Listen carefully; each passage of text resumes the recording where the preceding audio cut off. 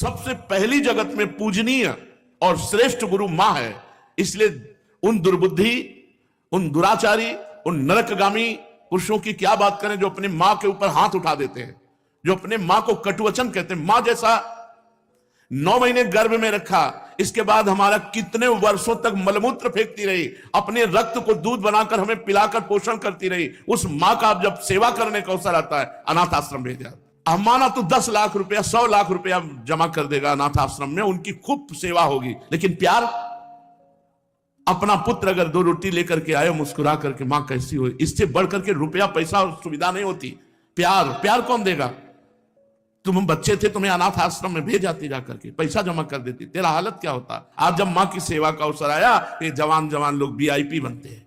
ये धर्म है, धर्म निश्चित अपना प्रभाव दिखाकर रहता है। तो अधर्म करोगे तो दंड मिले। सबसे पहली बात समझ लो, मां, जिसके मां हो और कोई देवी देवता पूजने की जरूरत नहीं, पूजो तो तुम्हारे भाग्य की बात है, लेकिन सबसे बड़ी देवी मां है, सबसे बड़ी पूजा मां है। अगर अपनी मां की सेवा कर ली तो भगवान को प्रसन्न कर लिया।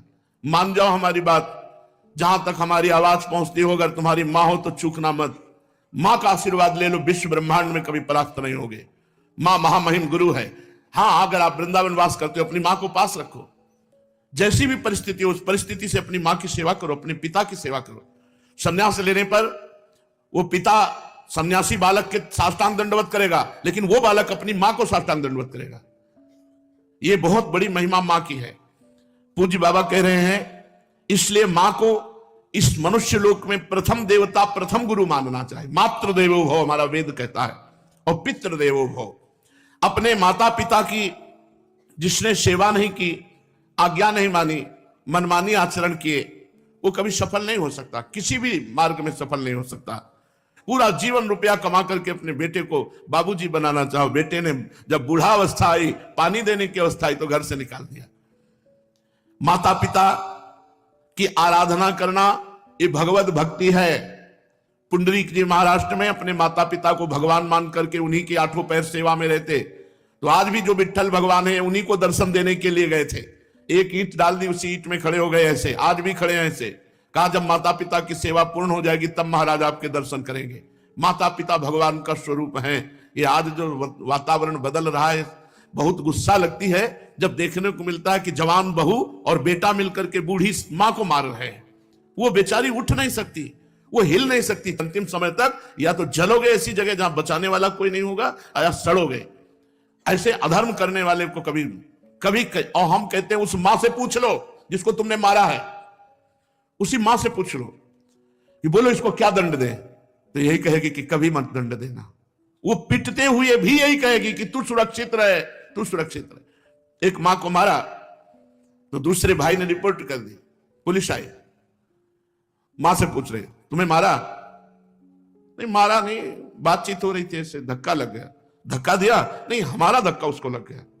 छोटा लड़का कह रहा है कि इतना जोर जोर से डंडों से मारा, इसके शरीर को देख लो कितने डंडे पर। चुप। मां का स्वरूप क्या होता है, समझो क्या स्वरूप होता है। पीट के अपमानित होकर भी अपने बेटे को अपमानित और पीटने की इच्छा नहीं है। ऐसी वात्सल्यमयी मां को, ऐसे पिता को जो मेहनत करके कमाते अपने बच्चे का पोषण किया और वो जवान हुए, डंडों से मारते हैं घर के बाहर। अरे राधा राधा, ऐसे दृश्य देखने को मिलते हैं ना। ये खा खा करके सब जवान हुए हो और अब माता पिता की सेवा का अवसर आया तो मुंह चुराए घूमते हो। मुंह चुराने का समय नहीं है, अपने कर्ज उतारने का समय है, ऋण उतारने का समय है। अब माता पिता की सेवा कर लो, मातृ ऋण पितृ ऋण से उऋण हो जाओगे। एक कश्यप नाम के ऋषि थे, महाभारत में है। तो तपस्या परायण थे। तो जिस वृक्ष के नीचे तपस्या कर रहे थे, ऊपर बगुली बैठी हुई थी। बगुला जो टांग उठाकर ध्यानस्थ रहता है मछली के लिए, तो बीट ऊपर गिरा करके तो क्रोध भरी दृष्टि से देखा, तत्काल आग लग गई, बगुली भस्म होकर नीचे गिर गई। तप का प्रभाव होता है। अब उनको बड़ा गर्व हुआ कि नहीं, काफी हम सिद्ध हो चुके हैं। बगुली भस्म हो गई। उठे भिक्षा के लिए गए तो एक दरवाजे में जाके भिक्षाम दे ही, तो एक बहू निकली। उसने कहा भगवान कुछ क्षण रुकिए, अभी बना करके लाई। बड़े मृदु वचन से उनका सम्मान करते हुए अंदर गई तो दूसरे दरवाजे से उसका पति आ गया। जब भी पति आए, पति की आराधना, उनको जल पिलाया, आसन पे बैठाला। फिर इतने में कुछ समय लगा और कहा भगवान आपके घर के दरवाजे अतिथि देव विराजमान है, आज्ञा हो तो भोजन अरे उनका पहले अतिथि देवो भव, अतिथि की सेवा करो। अब वो गए, इतना विलंब क्यों किया? उनका हमारे पति देव आ गए, तू मुझे समझते नहीं है, इतना विलंब क्यों किया? बोले महाराज जानती हूं उस वृक्ष की बगुली नहीं हूं कि तुम्हारी आंख टेढ़ी करने से भस्म हो जाऊंगी। और उनके होश उड़ गए कि ये बात तो केवल हम जानते हैं, दूसरा कोई जानता ही। उनका तुम कैसे जाने? बोले मैं अपने पति सेवा के प्रताप से पतिव्रता हूं, मुझे तीनों कालों का ज्ञान है, तुम्हें बिल्कुल ज्ञान नहीं, अभी तुम अज्ञानी हो, अपने को ऋषि भले समझते हो। कश्यप ऋषि नाम था उनका। जाओ, तुम्हें अगर ज्ञान प्राप्त करना है तो जाओ, वहां एक कसाई रहते हैं, वो तुम्हें ज्ञान प्रदान करेंगे। अब कोई संशय नहीं था, क्योंकि अलौकिक बात उनको पता है, पातिव्रत धर्म से।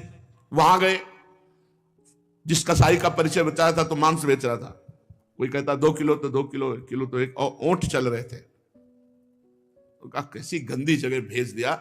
चलने लगे तो कहा कश्यप ऋषि, पहला आश्चर्य हुआ कि ये तो नाम बता रहा है हमारा, हमने तो अभी कुछ बात भी नहीं की, वो अमुक गांव की पतिव्रता ने भेजा है।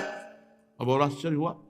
कहा हाँ। बोले बस खड़े रहो, मैं अपना व्यापार कर लूं, बस अभी आपके साथ चलता हूं। खड़े रहे, थोड़ी देर में वो बेच के दुकान बंद करके कहा तो उनका पहले ये बताओ इतना निंदनीय कार्य करते हो तुम? तो उनका मेरा जन्म हुआ है इसी कुल में, मैं हिंसा नहीं करता, मैं मांस लाता हूं और बेचता हूं और अपने परिवार का पोषण करता हूं, क्योंकि मैं ऐसे कुल में जन्मा हूं। तो उनका तुमको ये कैसे पता चल गया मेरा कश्यप नाम है? बोले आपका नहीं, आपके बाप का, आपके पुरखों तक का हमको पता है। और ये कैसे पता चला कि वो बहू ने आपको कहा है ऐसा? बोले मुझे तीनों काल का ज्ञान है, भूत भविष्य वर्तमान। बोले इतना निंदनीय कार्य करते हो और तीनों काल का? बोले हर समय नाम जप करता रहता हूं और अपने कुल के अनुसार व्यापार करता हूं, और मेरी प्रधान पूजा, चलो घर देखो। जब घर में गए तो श्वेत पलंग पर बूढ़े माता पिता सजाए देवता की तरह बैठे थे, जाके साष्टांग दंडवत की और कहा मां आपके घर में अतिथि आए हैं, उनका अतिथि से मिलो और सेवा करो। उनका ये हमारे भगवान है, 8 पहर इनकी पूजा करता हूं, अपने माता पिता की, और अपने कुल के अनुसार आचरण करता हूं और निरंतर नाम जप करता हूं। उसके प्रताप से मुझे तीनों काल का ज्ञान है, भूत भविष्य वर्तमान। तुम अपने माता पिता को छोड़ करके तपस्या के लिए निकले हो, और वो भी अंधे हैं तुम्हारे माता पिता, जो स्वयं पानी नहीं ले सकते। तुम्हें कभी न परम पद मिलेगा, न स्वर्ग मिलेगा, नरक मिलेगा तुम्हें। उसी समय वापस हो गए, और जब माता पिता का शरीर पूरा हुआ तब पुनः तपस्या में लगे। माता पिता भगवान का स्वरूप है। स्वयं प्रात काल उठी कै रघुनाथा, मातु पिता गुरु ना वही माथा। अपने माता, अपने पिता, अपने गुरुदेव के चरणों में स्वयं राम जी महाराज मस्तक रखते थे प्रात काल उठ करके। सबसे पहले अपने माता पिता की जो आज्ञा का उल्लंघन करते हैं उन्हें कभी सदगति प्राप्त नहीं होती। अब ध्यान से सुनो, यदि माता पिता भगवान का नाम जब भगवान की भक्ति का विरोध करने वाले हो तो उनकी नहीं बात माननी चाहिए। यदि माता पिता भगवान की भक्ति का विरोध करने वाले हो तो नहीं माननी चाहिए। यदि माता पिता गंदी आज्ञा करे तो नहीं देना चाहिए। रोटी दाल खाओ, नहीं चाहे उपवास करके मर जाओ, तुम्हें मुर्गा और बकरी नहीं देंगे आके, तुम्हें शराब नहीं पिलाएंगे आके। एक तरफ भक्ति का वर्णन किया, अब ये वर्णन किया उनके दुष्परिणाम। और अगर माता पिता गलत आज्ञा करते हैं तो नहीं, पानी पी के रहो, ऐसे रहो, शराब तुम्हें नहीं देंगे, मांस तुम्हें नहीं देंगे। क्यों गलत आदत बनाई? जो धर्म विरुद्ध है वो हम तुम्हें लाके नहीं दे सकते। यदि माता पिता भक्ति विरोधी हो तो उनकी बात नहीं माननी चाहिए। सेवा करने की बात नहीं कह रहे, सेवा करो, बात मत मानो। यदि भक्ति विरोधी है तो बात मत मानो। यदि वो भक्ति विरोधी आदेश करते हैं, मांस भक्षण, मदिरा पान या कोई गलत आचरण का, बिल्कुल आदेश मत मानो, बिल्कुल अमंगल नहीं होगा। तजो पिता प्रहलाद विभीषण, बंधु भरत महतारी, गुरुबल तजो कंत ब्रज बनितन भेमुद मंगलकारी, जाके प्रिय न राम अभय देही, तजिए ताहि कोटि बैरीसम, यद्यपि परम स्नेही। दूसरे का धन चोरी से, बेईमानी से, घूस से, छल कपट से कभी नहीं लेना चाहिए। नहीं, वो तुम्हारे परिवार की बुद्धि भ्रष्ट करके नष्ट कर देगा। इस बात को बैठा लो, वो एक ही बार वाला सब पूरा नष्ट कर देगा। तुम्हारे घर के बच्चों की बुद्धि भ्रष्ट, पत्नी की बुद्धि भ्रष्ट और तुम्हारी बुद्धि भ्रष्ट। रोगे बाद में बैठ के। कितने ऐसे उदाहरण हैं। एक बहुत बड़े ऑफिसर पद में थे, फार्म हाउस और क्या क्या, अकेला लड़का, नक्शा था, कई गाड़ियां, सब। अब लड़का धीरे धीरे डिप्रेशन में पहुंचा, अपने हाथ से अपना गला उड़ा दिया। अब बैठे पूरी जिंदगी भर रो, क्योंकि बुढ़ापा हो गया है, तो अब ये तो हो नहीं सकती कि संतान उत्पन्न हो जाए। अब केवल सोचो, सोचो कि तुमने क्या क्या किया। अब जीवन भर वही फार्म हाउस और महल और गाड़ियां देख देख के रो कि इनका अधिकारी कोई नहीं है। धर्म से चलो, साइकिल से चलोगे तो भी उन्नति को प्राप्त होगे, आनंदित रहोगे। मान लो हमारी बात। अधर्म का पैसा दूसरे को, निर्दोष को दंड दिया और दोषी को मुक्त कर दिया रुपए के बल से, तो वो सरकारी, आखिरी सरकार जहां किसी की घूस नहीं चलती, वो जब न्याय करेगा तो ऐसी जगह फंसोगे, पूछो मत। एक बड़ा बलवान ऊपर चढ़ा छत पे, और बहुत बड़ा सरोवर था, और जहां उसको कूदना था वहीं नीचे चट बनी हुई थी सीमेंट की, ऊपर पानी था। अब उसको समझा कि पानी ऊपर से कूदा, ऐसे ककड़ी की तरह फट गया। यह है ऊपर वाले का न्याय, किसी और को फाड़ने की जरूरत नहीं पड़ेगी। बुरी दशा आने के पहले बुद्धि बदली जाती है, वहीं गिरोगे, ऐसी जगह फिसलोगे, ऐसी जगह फंसोगे जहां निकलने के चांस नहीं रहेंगे। अवश्य में भोक्तव्यम कृतम कर्म शुभाशुभम। धन दिमाग में भरे हुए हो, अगर धर्म से धन कमाओगे तो माना कि आप बहुत गरीबी से चल सकते हो, लेकिन आपके पुत्र, आपका परिवार सुसज्जित तेजोमय होगा। और अधर्म कमाओगे तो यही सब बाधाएं ऐसी आएंगी जो जिंदगी भर केवल सड़ते रहोगे, दिमाग तुम्हारा सड़ा हुआ होगा, कोई उत्तम विचार, कोई आनंद, कोई चिंता शोक का नाश करने वाला विवेक आपको प्राप्त नहीं होगा। इसलिए अधर्म का धन, निर्दोष को दंड, दोषी को छोड़ देना, इसीलिए बहुत बच के अपने जीवन को चलाओ। केवल धन ही और जीना ही काफी नहीं है, मरना भी है आगे, और मर के फिर जाना है दरबार में सरकार की, और उसका हिसाब होना है। यही केवल हिसाब नहीं होता है, यहां तो नॉर्मल हिसाब है। एक एक सेकंड का हिसाब सेकंड के कम हिस्से में हो जाएगा। चित्रगुप्त तुम्हारे मन में बैठे हैं। ये चित्रगुप्त वो है जो तुम्हारे मन रूपी सीसी कैमरे में पूरे अनेक जन्मों की सीन सहित सब बातें भरी है। उसी को तो नाम जप मंत्र जप से डिलीट कर आ जाता है। जब नाम जप मंत्र जप करते हैं तो सामने छा जाता है। इसलिए भाई, अधर्म के धन से बचो, क्योंकि ये बुद्धि भ्रष्ट कर देता, परिवार को नष्ट कर देता है। ये बात अपने दिमाग में बैठा लो। अधर्म से दूसरों का धन लेने वालों, छल कपट करने वालों, ये बात को समझ लो। चाहे जिस पद प्रतिष्ठा पे हो, वो धन तुम्हारे लिए नाश का कारण बनेगा। मान लो ये बात, मान लो, प्रार्थना मान लो, नहीं आगे परिणाम देख लेना। कोई नहीं देख रहा, लेकिन तुम तो देख रहे हो, तुम देख रहे हो। कोई गवाही नहीं, लेकिन तुम गवाही हो। यहां जैसे वो जो जिससे गुप्त बात पूछनी होती, उसको वो दबावा दे करके वो मशीन में डाला जाता कि वो वही बोलेगा जो सत्य है। नहीं, वो हमें नारकोटिक, हाँ जो भी ऐसे ही, वहां नारकोटिक की जरूरत नहीं, वहां बोलोगे ही सत्य, और तुम्हें बोलने का अवसर ही नहीं मिलेगा। केवल यस यस, एक सेकंड के हिसाब में अनंत जन्मों का हिसाब करने की सामर्थ्य रहती।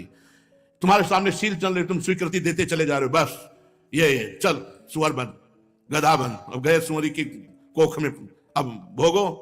अवश्य में भोक्तव्यम कृतम कर्म शुभाशुभम। भाई सावधान, ये कर्म भूमि है, जो कर्म करोगे तुम्हें भोगना। और हम खुल के इसलिए कहते हैं कि तुम्हारे दिमाग में पहुंच जाए, तुम्हारे दिमाग में समझ में आ जाए। और ये मत सोचना कि दान दे देंगे तो हम पवित्र हो जाएंगे, डबल पाप लगेगा। अगर भजन करने वालों को अधर्म का धन दान किया तो उनकी बुद्धि भ्रष्ट हुई, उनका भजन मारा गया और नरक जाओगे। अधर्म से कभी भी धर्म की पूर्ति हो ही नहीं सकती। फिर बिल्कुल पक्की बात समझ लेना। ये मत सोचना कि बेईमानी करके हराम के जितने मनावे कमाओ, उसके बाद थोड़े बाबा जी को दे दिए तो हम चक्क आनंद लेंगे। बाबा जी को अगर आप दोगे तो उनकी भी बुद्धि भजन से विपरीत जाएगी, उसका भी पाप तुमको लगेगा। इसलिए वो राधा बाबा कहते थे कि ईमानदारी का पैसा यहां देना हमें। जैसे कभी किसी को कोई भागवत सुना को तो बोले हम तुम्हें दक्षिणा देना चाहते, तो एक घास काटने वाला है, बोले बाबा पक्की ईमानदारी का, हम रोज घास काटते हैं, उसी का मिलता है, लो बाबा बोले लाओ। एक संत को देखा जो पैर का रिक्शा जब चलते थे तो उसी ऐसे खड़े हो जाते, ला रे, बोले बाबा हम गरीब आदमी, बोले ला।